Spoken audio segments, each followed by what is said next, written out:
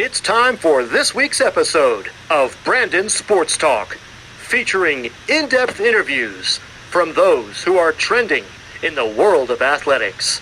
And now, here's the host of Brandon Sports Talk, Brandon Pate.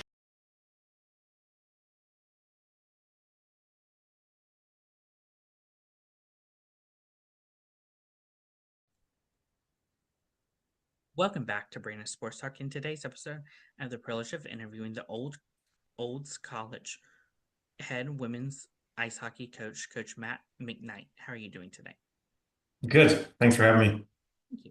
Can you talk about how you knew that you want to get started in coaching in college ice hockey? Well, I ended up playing pro hockey for 14 years, and I was kind of coming to the end of my career playing over in Germany, and kind of thought I wanted to probably stay in the game of hockey. Didn't really know exactly what that would look like. And just kind of Olds College needed a coach at the time when we were making the move back from Germany. So kind of worked out just how kind of by the luck of the draw, knowing certain people that knew the people that were looking for the job opening. So yeah, kind of got lucky how it worked out. What was that experience like going to college and going to Minnesota Duluth? That was awesome. So yeah, I grew up playing hockey in Alberta, and then got a scholarship to go to Minnesota, play at Duluth. Great 4 years. Met a lot of good people there. Met my wife there. Um, So lucky enough, still get to go back pretty much every year and visit friends and family there. But yeah, obviously Canada's passionate about hockey, but Minnesota definitely, and that northern Minnesota region there is a hockey hotbed, especially grassroots hockey, and the high school hockey there is really crazy. So obviously that just leads into college hockey, and I think they have 5 or 6 teams in the state. So very, very passionate about hockey and college hockey. Yeah. For you as a college hockey player, what was that experience like putting on that jersey and representing Minnesota Duluth? That was pretty cool. I kind of had a goal kind of early on that I wanted to try to get a scholarship. So obviously, once you're able to secure that, and then when you finally get down there, obviously moving 20 hours away from home is kind of a culture shock. But um, I lived away from home for 3 years before that, playing minor hockey, U18 hockey, and junior hockey. So it's kind of probably prepared me a bit for that step. But yeah, once you finally put on the college jersey and represent the university, that's pretty exciting. During your time in college, what were some of your biggest accomplishments as a player? As a player, I don't know. I didn't win any awards or anything at college or like player of the week or anything. Probably didn't score as much as I would like to. I had a couple bigger injuries while I was there, which is kind of frustrating, but still, obviously, I still think college is the best 4 years of your life, and I have no regrets. It was a great time, and like I said from the start, I've met a lot of friends that I still keep in touch with when I first went to Duluth. What was that experience like coming out of college and getting to play in professional ice hockey? Yeah, obviously, um, like we talked about, my goal was kind of to play college hockey, and then once you're there, and I mean, you only get 4 years, and then after that, you obviously want to, if it makes sense, keep playing. And I kind of made that my goal that I wanted to see how far I could take it. So obviously, I think playing at Duluth prepared me for that, and then obviously taking the next step in the ECHL.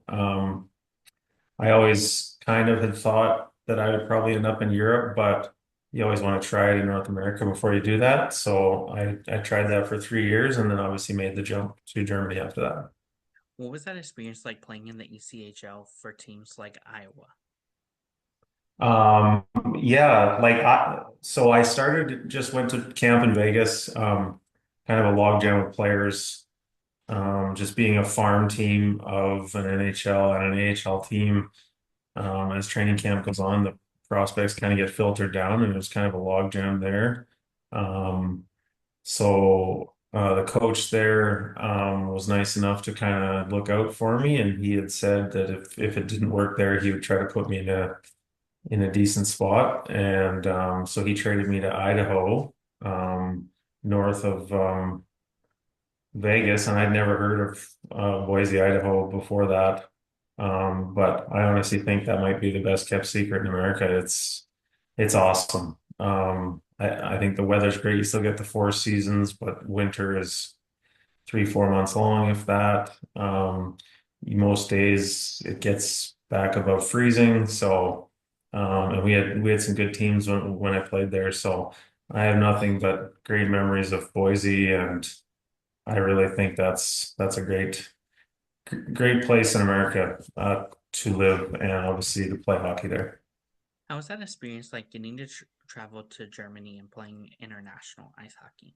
Yeah, so after my third year there, I was I mean, you could keep playing there, but it's kind of want a new challenge. So at the time I was married, I'd been married for a year, and we kind of thought before the real world starts and we stop playing, maybe it'd be great to go check out a new country. So I had a friend playing over there on a team, and that was already over there, and just through him talking to the team, a spot opened up for an import because you're only allowed to have so many non-German players. And so I just went over on a tryout, and things worked out well, and we were able to stay over there for 11 seasons. So I'm really glad that was able to all work out. For you, what was that transition like going from being a professional ice hockey player to getting into college coaching? Yeah, that was definitely interesting. I think playing is the best job you can have. I think coaching is right there. Obviously a little different. Um, the coach, you kind of have to manage the whole team. There's a lot of other things to worry about when you're a player. You just kind of come to the rink, do practice or do a game, and then you can kind of get away from it all. Whereas a coach, it kind of never ends. There's always something, whether it's recruiting or ordering something or scheduling something. So probably a little more time demanding, but still able to work in the game of hockey is pretty rewarding. Coming to Olds College, what was that experience like for you being the head coach and getting to coach on the women's side? Yeah, like I said at the start, just kind of lucked into the role. They needed a coach, and I was obviously transitioning out of playing, moving. At the time, we had 2 kids 3 years ago. So our son, the youngest one, was getting ready to start school. So kind of wanted to try to find a place where we wanted to raise our family, get him settled in school. So a lot happened in a big hurry. We ended up living in a hotel for 6 weeks just because we came um, so late in the transition. The season was starting, the school year was starting, so I kind of had to jump right into working. So while we waited to find a house, we ended up living in a hotel which had a water slide, so the kids thought that was fun. But even after six weeks in a hotel, they were ready to find a house. So we were able to find a house and um, eventually get out of the hotel. What was that feeling like the first time you got to step onto that ice ice rink for the first time as a head coach? Obviously a little intimidating. You never kind of think of it until you're actually doing it. But you just try to let your hockey instincts take over. And my whole thing with coaching is I've just obviously had quite a few coaches over the years, and just try and you take what you appreciated as a player and some things that maybe you didn't think the coaches did properly or how you like them, then maybe realizing that and hopefully not making those same mistakes. For you, what was that first win like as a head coach? Yeah, I actually was kind of caught off guard when it happened. I wasn't really thinking that way. And then after the game, the players presented me with the game puck. So I kind of was caught off guard, but obviously, um, winning hockey games is why you play the game. So obviously, in the moment, was kind of caught up with it, didn't realize it, but obviously rewarding at the same time. What does a typical game day look like for you as a coach versus for athletes? Well, Normally, I would be just obviously make sure everyone's healthy, everyone's sometimes late, like even the morning of a game, someone can get sick or something. So, touching base with the team, seeing if everyone's healthy, like you thought the practice before. Then I would go to the store, get some locker room snacks just for the game for the players. Um, and then obviously just finish going over the video for the game. We usually watch video 10, 15 minutes once we meet at the game just to go over some tendencies of the team you're playing or some things in our own game that we want to correct. And then, yeah, show up at the rink 2 hours before the game. And like I said, have a video meeting and then the game starts. Can you talk about, of course, the culture that you started to build for the women's ice hockey program? I think culture wise, like we're an agriculture based school, so it's kind of a niche education, which can make recruiting a little difficult at times, just because there's a certain student athlete you're looking for. But at the same time, lots of those kids come from rural situations or growing up on farms. Maybe I'm biased because I grew up on a farm as a kid, but I think that's a great way to spend your childhood. I think there's a lot of valuable lessons you can learn with that. So that being said, I think a lot of our players come from that situation. But I also try to empower our players that on the ice, yes, I'm the coach and I'm running the show, but in the locker room or the dressing room, that is their place. That's not my place to try and from afar try and control what happens in there. It's up to the team to hold each other accountable, have tough conversations, um, just make sure that yes, there's going to be confrontation during the season, but to make sure it doesn't escalate into something bigger and hopefully just get everything figured out and keep moving forward. So I think just a culture of coming work. Obviously, you have to work hard, have to have fun. I mean, we're playing a kid's game at the same time being accountable to your coaches and teammates that you're willing to put in the work and trying to get better every day. Who are some of the teams in your conference that you compete against? So there's only six in the ACAC, Alberta Collegiate Athletic Conference. Red Deer, just up the road, Red Deer Polytechnic, RDP. Then in Edmonton, there's NATE, Northern Alberta Institute of Technology. In Calgary, there's SAIT, Southern Alberta Institute of Technology. In Lloydminster, which is right on the Alberta-Saskatchewan border, there's Lakeland University. And down in Medicine Hat, in the southeast corner of the province, there is Medicine Hat College. What is that home game atmosphere like when teams like Red Deer comes to home versus going to Lakeland College? Yeah, for sure. I mean, Red Deer being only 35, 40 minutes away, um, obviously they usually bring some fans, so it helps. Obviously with the rivalry. But it's not like you play Red Deer more than somebody else. Like some leagues, like when you play your division more, everyone plays each team 5 times. So schedule is balanced. So obviously I think the closer proximity of those teams brings out some of the rivalry, but as far as we play all the teams the same amount, so you still have to get up and play those other teams just as hard. What is that home game atmosphere like when teams come to your home rink? Um, we usually play on Thursday nights, and that's kind of the going out night for the college kids in town here. So sometimes they're a little rowdy getting ready to go out after the game. There's college night at the main college bar in town. So Um, lots of times when we're playing those rivalry games, those closer games, there's a little more atmosphere in the building, and also our the students, especially from the other sports at Olds College, are really good at supporting each other at their games. So obviously, a lot the other teams don't play their games on Thursday nights, so that's kind of our night, and lots of them come out and cheer us on, which is really nice. What does that recruitment process look like for prospective student athletes, and as a head coach, what do you look at in them? So like when I'm recruiting, it's a lot easier for me if they are interested in the education. Like I said, it's a very niche education based, agriculture based education. We do have some management programs, but mostly so it's hard for me if you're not interested in that aspect of the education to try to sell you to come to Olds.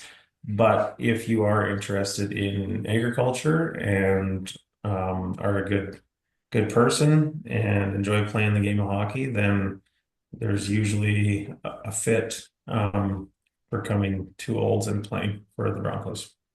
As a head coach, what is it like seeing those freshmen putting on that old college jersey for the first time versus seniors putting it on for the last time?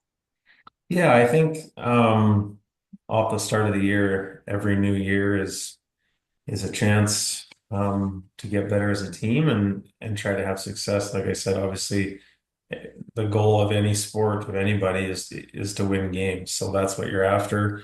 Obviously it can be tough when you see players that have put in 3, 4, 5 years here and their careers are coming to an end. Like it's not like there's pro really aspirations after this. So this is kind of the end of their hockey careers, and then usually it's the real world with a normal job after this. So you can kind of see it can sometimes be tough when those players are realizing that this is kind of the end or the end is near of their playing careers. So um, you that can sometimes be tough to see that. As a head coach, what is it like seeing them achieve those first big milestones like first goals versus their last goals as a senior? Yeah, I mean, obviously the incoming players, whenever they score their first goal, that's always exciting. The team gets them the puck, and then after the game, obviously we present it to them, so that's nice. I think about it as in terms of scoring your last goal and stuff, you kind of never know it's your last goal until the season ends. So we don't really celebrate that per se. It's kind of whenever that happens, obviously when the team scores, everyone's celebrating. But yeah, we don't really celebrate last goals because you never really know when that last one is. As a head coach, what is it like seeing those players going on, whether it's in coaching or going into professional ice hockey? Yeah, so like I said in the last or a couple questions ago, really none of these players are going on to professional hockey.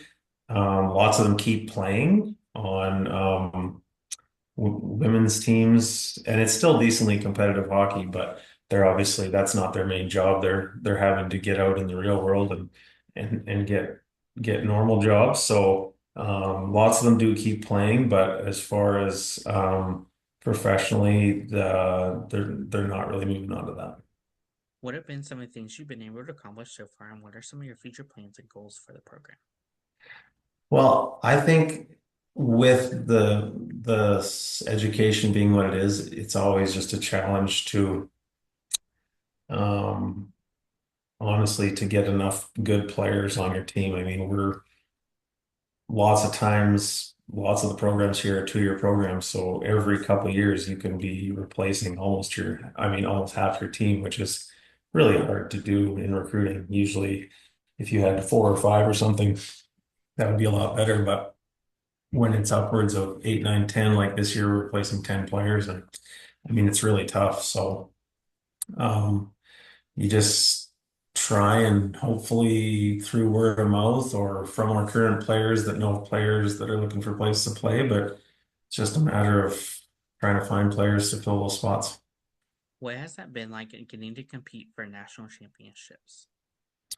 So women's hockey does not actually have a national championship as of right now. They're working on getting that.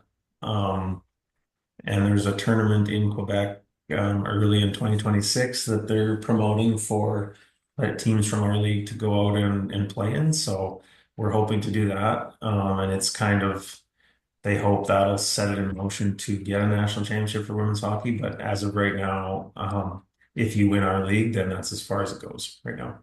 What are some of your future plans for the program? Like I said, next year, or yeah, just after calendar turns in 2026, we hope to make that trip down to Quebec and play in that tournament. yeah, just trying to get better as a team. Obviously, like I said, you got to have fun as a team. It is a kids game we're playing, and you can't lose sight of that.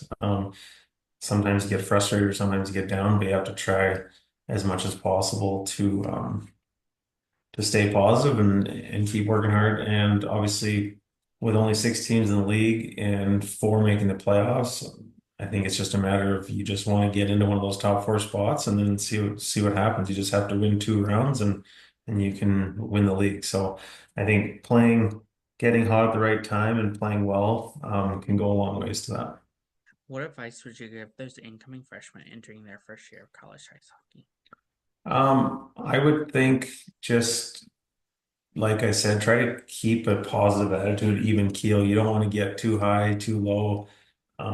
It's obviously a step up from U18. So just go in with an open mind, knowing that yes, there might be some ups and downs. Don't let the downs get you down. Don't let the ups go to your head. And hopefully, throughout the season, you can have a solid season that's constantly building, and hopefully, in the end, our team can have success. What advice would you give those players that have aspirations of playing professional ice hockey? Well, I think the only way that can be possible is if you have a good career here. Also, what we try to promote with our players is if you have a good year, maybe 2, possibly 3 years here, you can move on to U Sport, which is the university level in Canada. And so obviously just trying to move up the ladder and maybe you never want to say never with pro hockey, but if you keep working hard and keep improving, that maybe the possibility of playing pro hockey is in the cards in the future. What advice would you give those future head coaches looking to build their own women's ice hockey program for their college? I think just kind of try to know as much as you can going in. Like I know at our school, I don't know if it's the same at other schools, but I schedule and I order and I do the budget and all that. So the more you can know no, on the non-hockey side, I think will only set you up for success. The less surprises you have will probably lead to the best chance of you being successful. So I would just say ask as many questions as you can, especially of your athletics manager or athletic director, and so there's no surprises along the way. That's great advice. Where can my listeners find you at on social media along with the program at? You can find Old College Broncos is on Instagram. So there's Old College Broncos Athletics. Old College Broncos Women's Hockey is on Instagram. I'm personally on Instagram, but I really don't post anything to be honest. It's just to check up on the people I follow. But just under Matt McKnight, you'd find me there. And then the school has a website as well. I think it's gobroncos.ca. I'm not sure, but if you just Google Old College Broncos, you'll find it. Thank you again, Coach Matt McKnight, for your interview, and best of luck as the head women's ice hockey coach at Old College Broncos. Hey, no problem. Thanks for having me. Thank you. You can find Brandon Sports Talk on Instagram at Brandon Sports Talk, Twitter at Talk_Brandon, and you can find me on YouTube at Brandon Sports Talk. Don't forget to like, comment, and subscribe. Thank you again, Coach Matt, for your interview, and best of luck in your future. Thank you very much. You've been watching Brandon Sports Talk. Please feel free to like, share, and subscribe to Brandon Sports Talk on social media and on YouTube.